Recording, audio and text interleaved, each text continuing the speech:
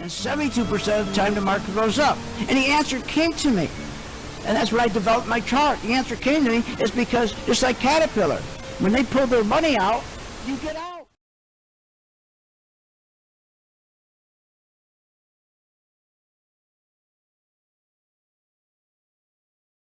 Whoa. It's your daily dose of how to manage your money. And now it's time for Phil's Gang on the Off the Wall Street Network. Oh, God. Are you nuts? With your host, Phil Grande. Bye.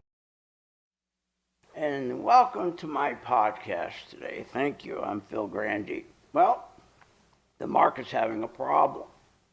Several problems. One problem is, again, we have the 2-year and the 10-year yield going up. And when you have the 2-year yield going up much faster than the 10-year, that's a big problem. And by the way, this has been happening since May. And in fact, the whole market's been rolling over since May, but the jibber-jabbers on TV, these TV financiers, so Fox and CNBC and Bloomberg, no one's talking about it. Why?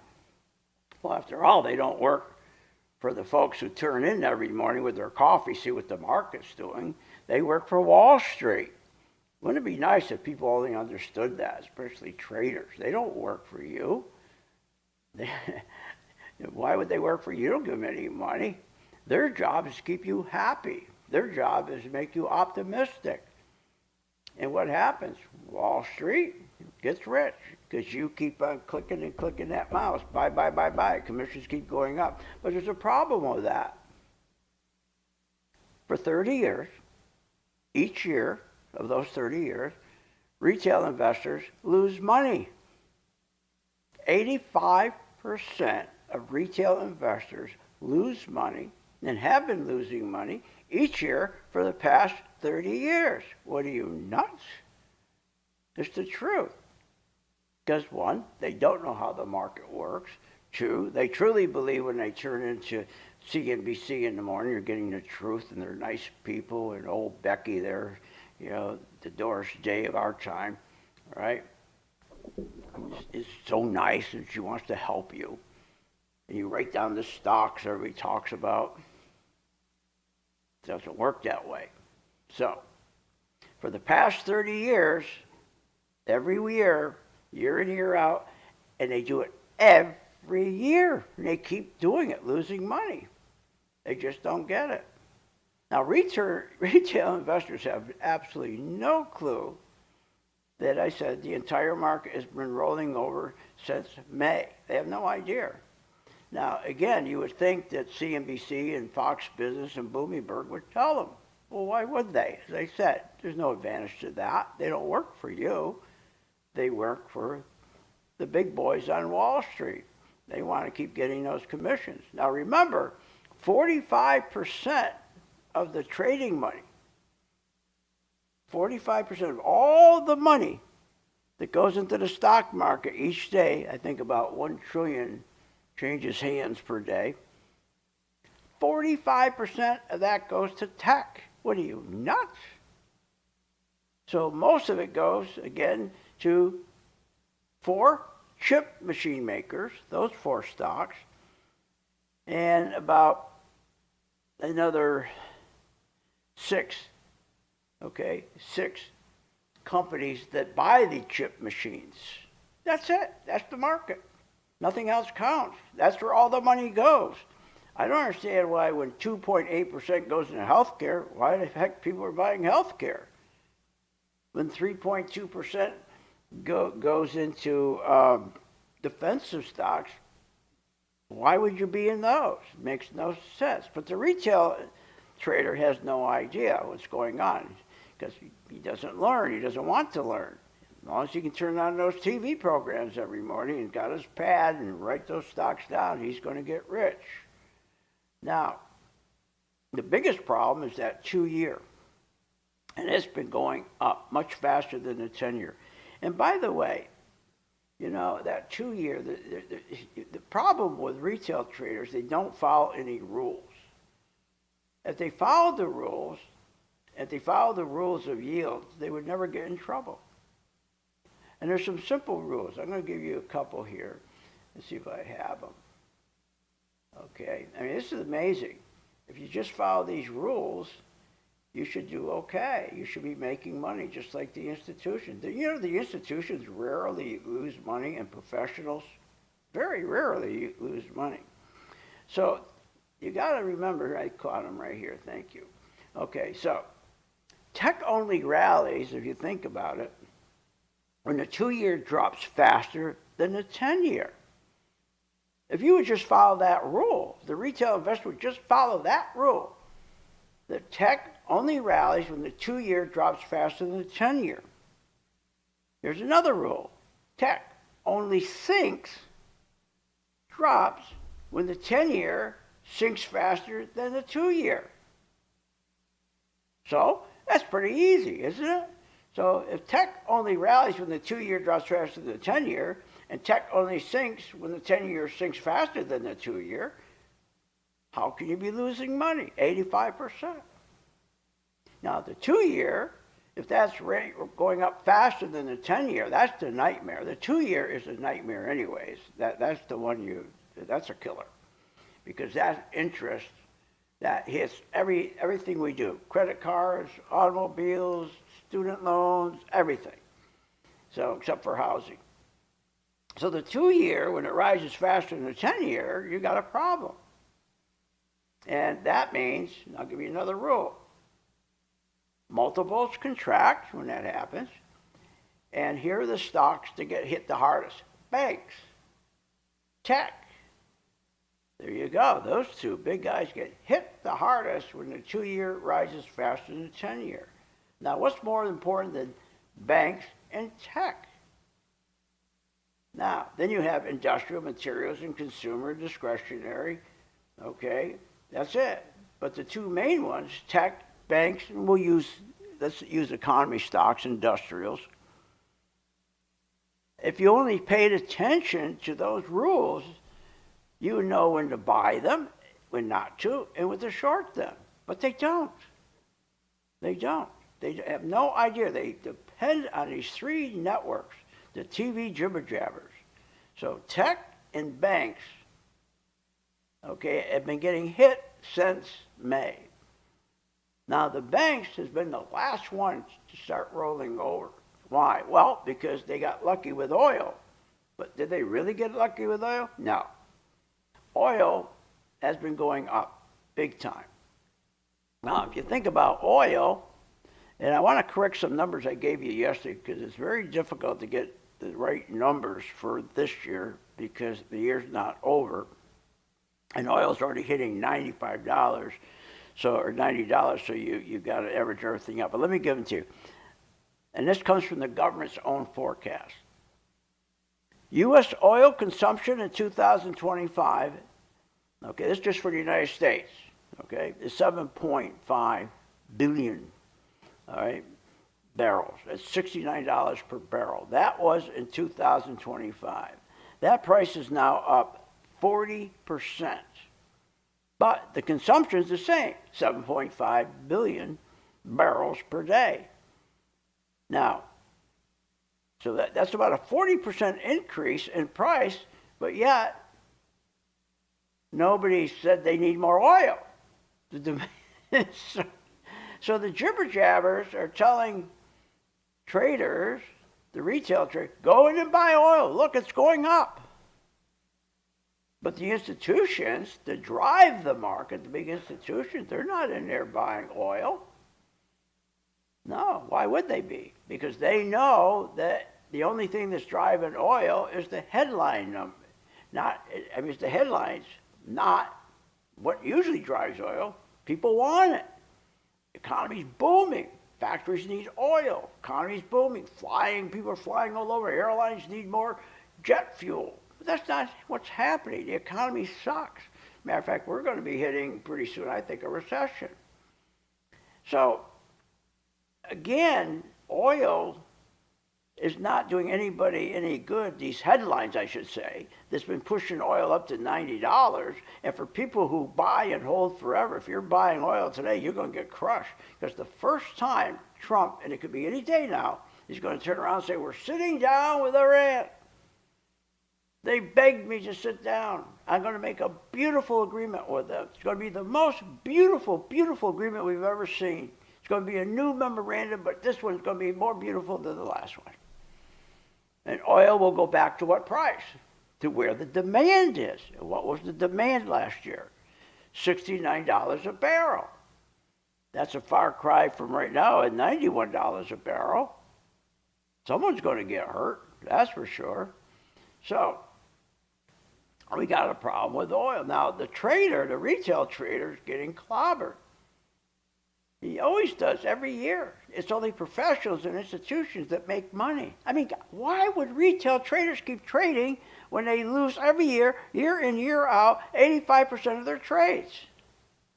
Because they keep monitoring the three same TV networks.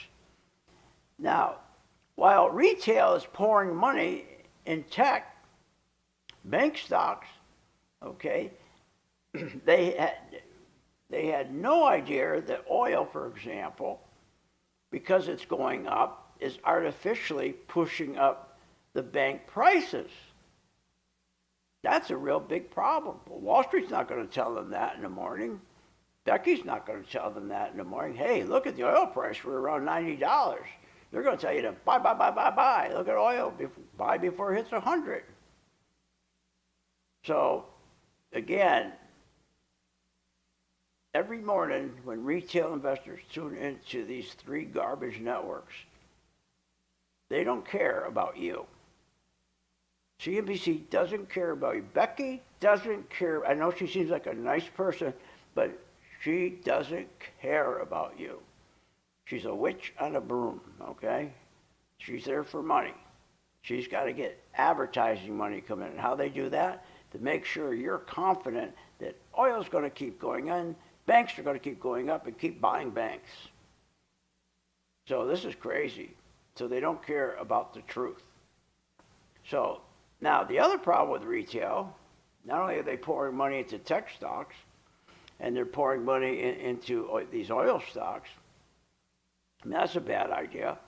But the other problem we got is that tech only rallies, as I said, when the 2-year drops faster than the 10-year. But they don't know that. Retail investors don't know that. They have no idea. So oil is the real fuse that can be taken down AI. That's right. People don't understand. If oil prices keep going up like this, on headlines, not demand, okay, this could take down AI. Remember back in May when Iran conflict started to cool off? Remember that? Remember oil, it was around 100 and a quarter, and everything started to peak. Inflation peaked. Everything started to drift lower. Then all of a sudden, the agreement, that beautiful agreement that they made, the most beautiful, beautiful agreement they've ever made ever, okay, blew up. Then oil dropped back to $60 from 100 and a quarter. Now, you don't think oil can go back now from where we are now, $90, back down to $55, $65? Sure it can.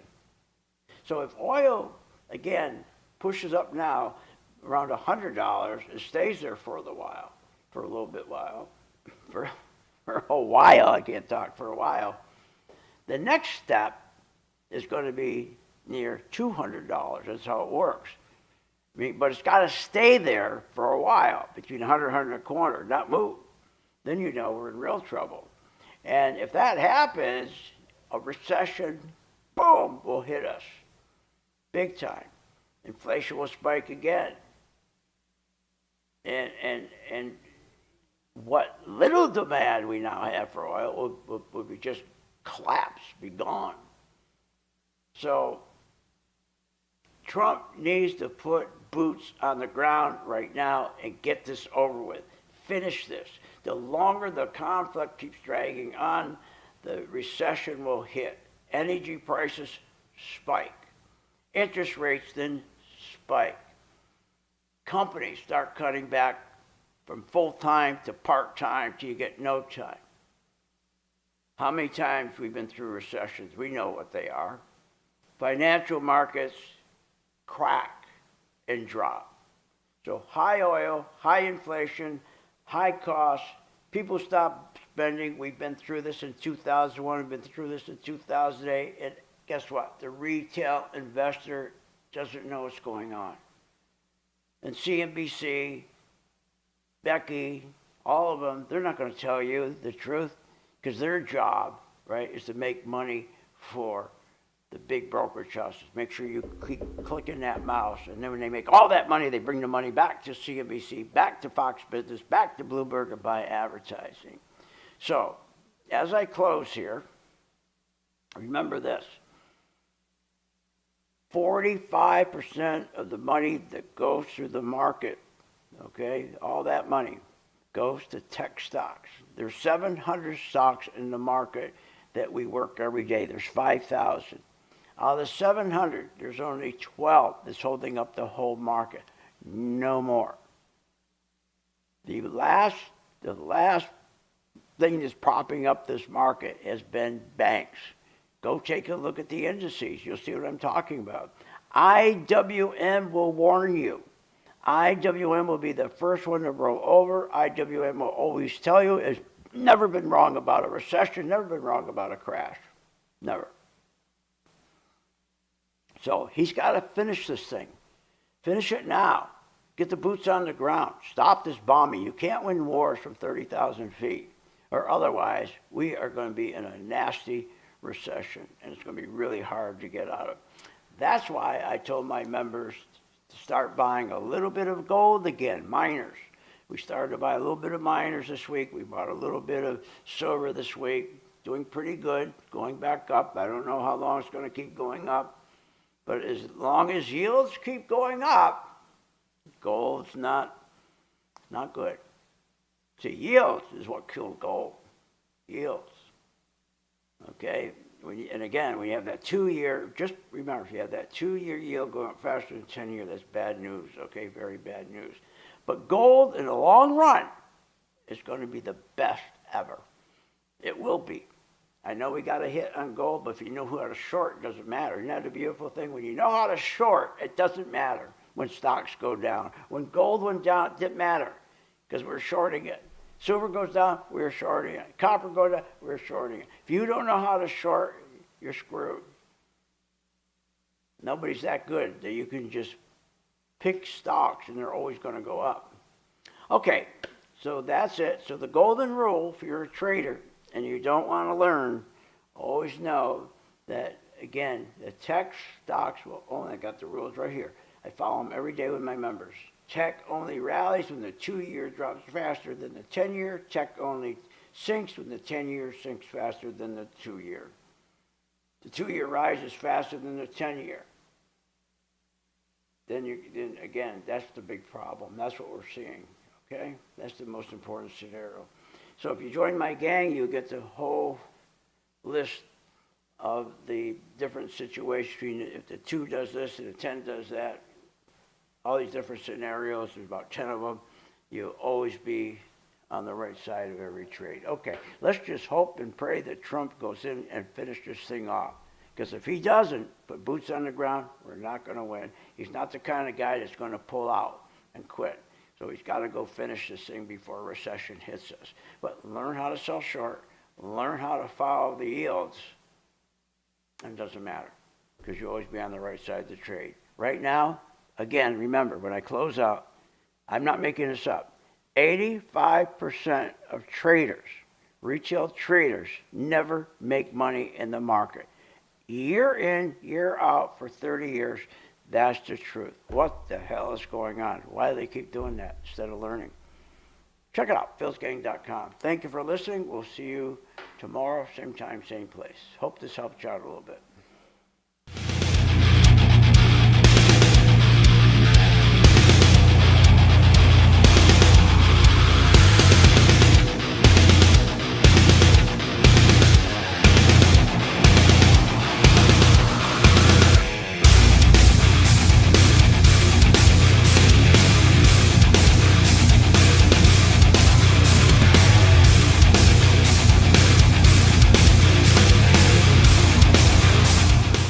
nuts.